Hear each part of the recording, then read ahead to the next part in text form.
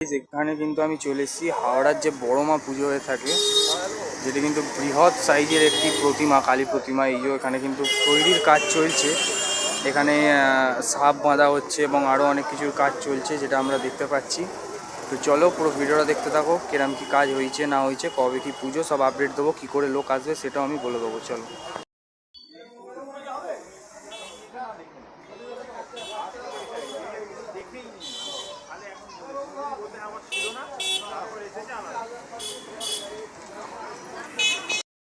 তো গাইজ এখানে কিন্তু আমি চলে এসেছি যে এনাদের গোডাউন টাইপের একটা কিছু আছে, যার ভেতরে কিন্তু যে মুন্ডুমালা এবং তার যে কাটা হাত কালী ঠাকুরের, বড় কালীর যেটা, সেগুলো কিন্তু সব তৈরি করে রাখা হয়েছে। এখানে কিন্তু জবা ফুল রাখা হয়েছে তৈরি করে, এবং ঠাকুরের যে কোমরে যেটা লাগানো হয়ে থাকে কাটা হাত, ওই জিনিসগুলো কিন্তু এখানে মানে রাখা রয়েছে।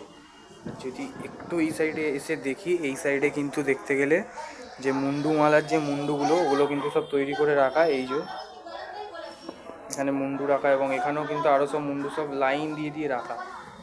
সো বড় মায়ের পুজো যদি আমি বলি, বড় মায়ের যে পুজো সেটা কিন্তু 25শে জুলাই, এই মাসেরই 25 জুলাই। আর যদি আসতে হয়, সব লোকেশান আমি ডেসক্রিপশানে দিয়ে দেবো, আপনারা দেখে নিতে পারেন। এখানে কিন্তু ঠাকুরের যে পা এবং হাতের আঙুলগুলো, ওগুলোকে কিন্তু তৈরি করে রাখা রয়েছে। এবং এই যে হচ্ছে শিব ঠাকুরটা, যদি দেখাই শিব ঠাকুরটা কী পরিমাণের বৃহৎ সাইজের দেখুন।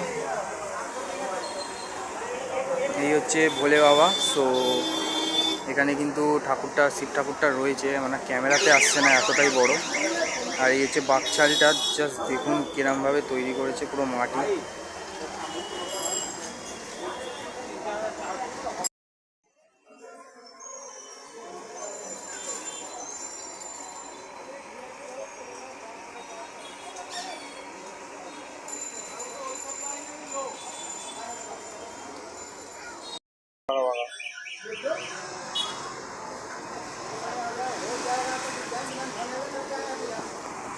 এখানে কিন্তু যে ঠাকুরটার কিন্তু যে সাপটা, সেটা কিন্তু খড় বাঁধা হচ্ছে, সাপের খড়টা এখানে বাঁধা হচ্ছে।